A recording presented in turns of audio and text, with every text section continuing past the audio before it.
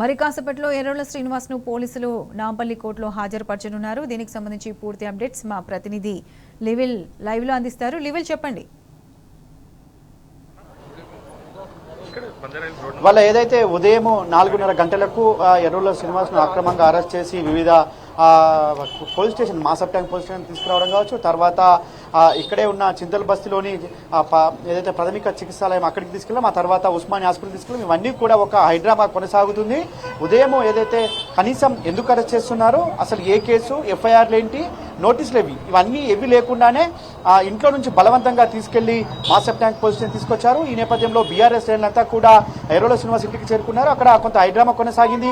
అక్రమ అరెస్టులు చేయడం ఏంటని చెప్పేసి పెద్ద ఎత్తున నినాదాలు చేశారు. సీఎం డౌన్ డౌన్ అంటూ నినాదాలు చేశారు. ఆ తర్వాత మాసప్ ట్యాంక్ నుంచి పెద్ద ఎత్తున బీఆర్ఎస్ శ్రేణుల నుంచి ప్రతిస్పందన రావడంతో అక్కడి నుంచి నేరుగా ఉస్మానియా హాస్పిటల్ తీసుకెళ్లి వైద్య పరీక్షలు నిర్వహించారు. అనంతరం నాంపల్లి కోర్టులో జడ్జి ముందు హాజరుపరుస్తామని కొద్దిసేపు క్రితం చెప్పారు. అయితే మరి కాసేపట్లో నాంపల్లి కోర్టులో జడ్జి ముందు హాజరుపరిచే అవకాశం ఉంది. అయితే సెక్షన్లు మారుస్తున్నారు. నాన్ బెయిలబుల్ సెక్షన్లు పెట్టేందుకు రాజకీయ నాయకులు అంటే ప్రభుత్వ పెద్దల నుంచి ఒత్తిడి ఉంది. ఈ నేపథ్యంలోనే కొద్దిసేపటి క్రితమే మాసప్ ట్యాంక్ పోలీస్ స్టేషన్కు డీసీపీ చేరుకున్నారు. ఏవైతే ముందుగా పెట్టిన సెక్షన్లు ఏమున్నాయో వాటన్నిటి కూడా మారుస్తున్నారని చెప్పేసి సమాచారం అందిన నేపథ్యంలో బీఆర్ఎస్ కూడా పెద్ద ఎత్తున నాంపల్లి కోర్టుకు చేరుకున్నారు. నాంపల్లి కోర్టుకు సంబంధించి మనతో మాట్లాడడానికి ఈ బీఆర్ఎస్ రాష్ట్ర నాయకులు, సీనియర్ నాయకులు చెప్పండి, వాళ్ళ ఈ అక్రమ అరెస్ట్ ఎట్లా చూడొచ్చు ఈ గత సంవత్సర పాలనలో? అసలు రేవంత్ రెడ్డి గౌరవ ముఖ్యమంత్రి గారు ఏం చేస్తున్నారు నాకు అర్థం. అభివృద్ధి దిశలో తీసుకోవాలి కానీ మా బీఆర్ఎస్ నేతలు చిన్న చిన్న వాళ్ళను అరెస్ట్ చేయడం ఎంతవరకు సమంజసము? అది పొద్దున తీసుకో అరెస్ట్ ఏం తప్పు చేసిండు ప్రశ్నిస్తాము. అర్థమైంది. ఏ తప్పు చేసినా కూడా గవర్నమెంట్ నిలదీస్తాం మేము. ప్రతి దానికి ప్రతి హామీలన్నీ గంగల కలిపి చిన్న చిన్న అల్లు అర్జున్ అరెస్ట్ చేశాడు, మా బీఆర్ఎస్ నేతలు అరెస్ట్ చేశాడు, పొద్దున్న తీసుకో ఆ పోలీస్ పెట్టాడు, ఈ పోలీస్ నక్సలైటా నేరం చేసిండా? ఏమన్నా నోటీస్ ఇవ్వాలి, అరెస్ట్ చేయాలి, నీ ప్రాసెస్ ప్రకారం చేయాలి. పోలీసు కూడా తొత్తులుగా వేరేస్తూ నాకు అర్థం కాదు. పోలీస్ డిపార్ట్మెంట్ గవర్నమెంట్ ఎప్పుడు ఉంటుంది? ఈ గవర్నమెంట్ కొన్ని రోజులే ఉంటుంది, శాశ్వతం కాదు. ఇలా వేధించడం సమంజసం కాదు. మంచి పనులు చేయండి, మంచి పేరు తెచ్చుకోండి. మేము కూడా ఓపెన్ ఉంటాం. మా కేసీఆర్ నాయకత్వంలో మేము డిసిప్లిన్గా ఉన్నాము. కేసీఆర్ ఆర్డర్ ఇచ్చినాము. ఎక్కడ మళ్ళా పరేషాన్ అయిపోతారు. మళ్ళా మా బలం ఏంటిదో, మాది ఏందో, మా శక్తి చూడలే. మేమేంటంటే శాంతియుతంగా ఉండాలి, సైలెంట్గా ఉండాలి, వేచి చూడాలి అనే ఓపికతో ఉన్నాము. మళ్ళీ మేము లేచినామనుకో మీరు కనుమరుగైపోతారు. కాంగ్రెస్ బిడ్డలారా ఖబర్దారు చెప్తున్నా, ఈ గవర్నమెంట్ కూడా చెప్తున్నా, ఏదైనా ప్రాసెస్ ప్రకారం చేయండి. అరెస్ట్ చేస్తే నోటీస్ ఇయ్యరా? ఇన్ని పోలీస్ స్టేషన్లు దింపుడేంది? ఇంకెవరు దొరకలేదా? బీఆర్ఎస్ ఎంపడబడ్డారేంది? అరే ప్రతి జాగాలో మేము ప్రశ్నిస్తాము, అరెస్ట్ చేస్తే ఇంకా ఉధృతం చేస్తాము, ఇంకా ఉద్యమం ఉధృతం చేస్తాము. మీరు మమ్మల్ని కాలిపిల్లి రెచ్చగొడుతురు, ఇంకా ఉద్యమాన్ని రెచ్చగొడుతురు, పండుకున్న వాళ్ళని లేపుతుర్రు. ఇది సమంజసం కాదు. గౌరవ ముఖ్యమంత్రిగా ఆడిచ్చినట్టు ఆడడం సమంజసం కాదు. పోలీసులు కూడా ఈ తొత్తులుగా వివరించొద్దు. సమానంగా చూడాలి, న్యాయంగా చేయాలి ఏ పని చేసినా కూడా. జై తెలంగాణ. పొద్దు నుంచి కూడా ఇవాళ ఎర్రోల శ్రీనివాస్ ఇంటి దగ్గర ఉన్నావు. మీరు విద్యార్థి నాయకులు ఇప్పటికీ అక్రమంగా అరెస్ట్ చేసిన పరిస్థితి ఎట్లా చూడొచ్చు? ఇవాళ తెలంగాణ రాష్ట్రంలో హోంశాఖ మంత్రి లేడు. హోంశాఖ మంత్రి ఇలా రేవంత్ రెడ్డి దగ్గర పెట్టుకొని ప్రశ్నించే గొంతుకలను ఇలా తొక్కివేసే ప్రయత్నం చేస్తూ ఉన్నాడు. డైవర్షన్ పాలిటిక్స్ చేస్తూ ఉన్నాడు. ఇలా సినిమా ఇండస్ట్రీలో కావచ్చు, ఇలా అసెంబ్లీలో ఈ 6 గ్యారెంటీల మీద, రైతు బంధు మీద ప్రశ్నిస్తారనే నెపంతోనే ఇలా ఒక డైవర్షన్ పాలిటిక్స్ ఈ ఎవరినైతే ప్రశ్నిస్తారో వాళ్ళని అరెస్ట్ చేసి అక్రమంగా జైళ్ళలో పెట్టి ఒక డైవర్షన్ పాలిటిక్స్ రేవంత్ రెడ్డి చేస్తున్నాడు తప్ప ఇలా సంక్షేమం వైపు, ప్రజా సంక్షేమం ఇలా మంటగలిచిపోయింది. ఇలా తెలంగాణ రాష్ట్రంలో లా అండ్ ఆర్డర్ కంట్రోల్ తప్పింది. అక్రమంగా అరెస్ట్ చేస్తా ఉన్నాడు. ఇవాళ కేసీఆర్ సారథ్యంలో ఎస్సీ ఎస్టీ కమిషన్ను ఏర్పాటు చేసిన తర్వాత ఎస్సీ ఎస్టీ కమిషన్ చైర్మన్గా ఇలా డాక్టర్ ఎర్రోల శ్రీనివాస్ నాడు తెలంగాణ ఉద్యమంలో కావచ్చు, ఇలా తెలంగాణ వచ్చి 10 సంవత్సరాలలో కావచ్చు, ఆయన కమిషన్ దళితులకు ఎన్నో ఆయన పనిచేసి దళితుల పట్ల ఎన్నో చట్టాలు చేసి ఇలా తెలంగాణ ఎస్సీ ఎస్టీ కమిషన్ దేశంలోనే ఒక అభివృద్ధి పదంలో నడిపిండు. అలాంటి వ్యక్తిని ఇలా నువ్వు ఉన్నట్టుండి ఇలా 5 గంటల మార్నింగ్ ఉదయం 5 గంటల ప్రాంతంలో ఒక ఉగ్రవాదిని అరెస్ట్ చేసినట్టు ఒక కుటుంబ సభ్యులను పోలీసులు పోయి భయభ్రాంతులకు గురి చేసి అక్రమంగా తీసుకొచ్చి అరెస్ట్ చేస్తా ఉన్నాడు. ఇదే రేవంత్ రెడ్డి నేను ఒకటే క్వశ్చన్ అడుగుతా ఉన్నా. ఇవాళ కొడంగల్ నియోజకవర్గంలో ఒక సాయిరెడ్డి అనే ఒక కొండారెడ్డిపల్లె నీ సొంత గ్రామమైన సాయిరెడ్డి అనే ఒక రైతు ఇవాళ కొండలరెడ్డిని తమ్ములైన కొండలరెడ్డి ఇవాళ తిరుపతి రెడ్డి పేరు రాసి ఆయన ఆత్మహత్య చేసుకుంటా ఉంటే వాళ్ళని ఎందుకు నువ్వు అరెస్ట్ చేయలే?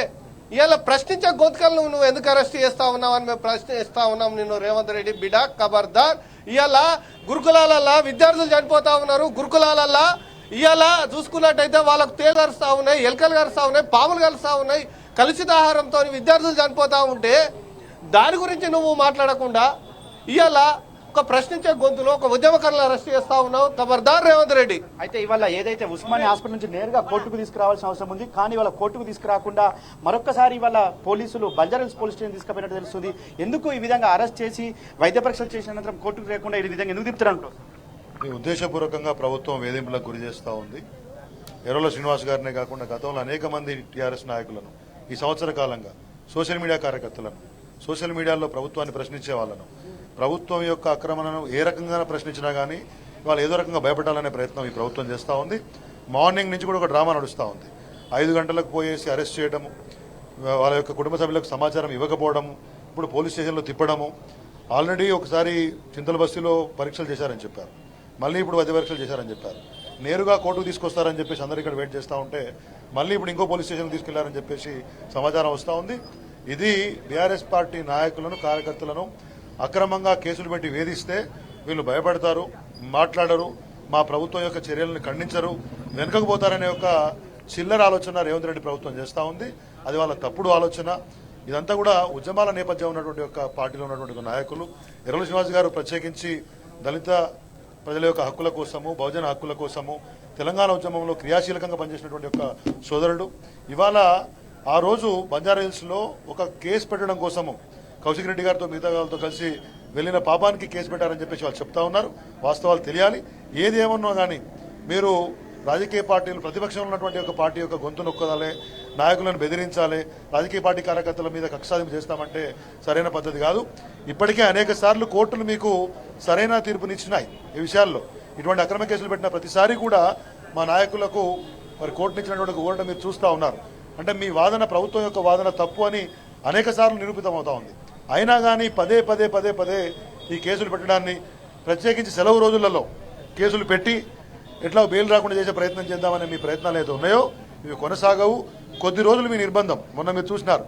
లగచర్ల కేసులో నరేందర్ రెడ్డి గారిని నెలకు పైగా అక్రమ నిర్బంధం చేసేటువంటి ఒక ప్రయత్నం జరిగింది. మీరు ఆ విషయంలో కొంతమేరకు సఫలమైన ప్రజల్లో ఇవాళ నరేందర్ రెడ్డి గారు వారి యొక్క పరిస్థితి మీరు అర్థం చేసుకోవాలి. లగచర్ల గిరిజనులను కేసుల్లో పెట్టి అక్రమంగా 40 రోజులకు పైగా నిర్బంధించారు.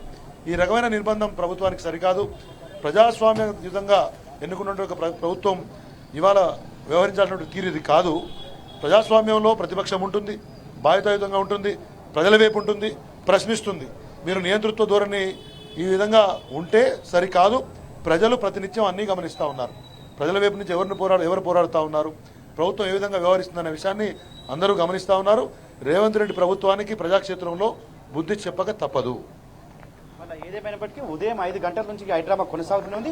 బీఆర్ఎస్ పార్టీ నాయకులను కుట్రలు చేసి, కుతంత్రాలు చేసి, అక్రమ కేసులు పెట్టి పోలీస్ స్టేషన్లో తింపడమే ఇవాళ ప్రభుత్వం పనిగా పెట్టుకుంది. ఇందులో భాగంగానే ఇవాళ ఏదైతే ఉదయం అరెస్ట్ చేసిన తర్వాత వివిధ పోలీస్ స్టేషన్లు తింపడం, వైద్య పరీక్షల కోసం వివిధ హాస్పిటల్ తింపి ఇప్పటికి చివరికి కోర్టుకు తీసుకురాకుండా మరొకసారి పోలీస్ స్టేషన్కు తీసుకెళ్లడం అంతర్యం ఏంటి? ఎందుకు ఈ విధంగా? అంటే బెయిలబుల్ సెక్షన్లు కాదా, నాన్ బెయిలబుల్ సెక్షన్లు ఏమైనా పెడుతున్నారా, లేదంటే రాజకీయ ఒత్తిడిలో భాగంగా ప్రభుత్వ పెద్దలు చెప్తున్న కేసులు మార్పు ఏమైనా చేస్తున్నారని అనుమానాలకు తావిస్తుందని చెప్పేసి కూడా బీఆర్ఎస్ అంతా కూడా చెప్తున్న పరిస్థితి. ఇప్పుడు రావుల రెడ్డి కూడా చెప్తున్నారు, కుట్రలకు కుతంత్రాలకు బీఆర్ఎస్ పార్టీ భయపడదు. ఖచ్చితంగా ప్రజలకు ఇచ్చిన ఏ ఒక్క హామీని కూడా అమలు చేయకపోతే ఖచ్చితంగా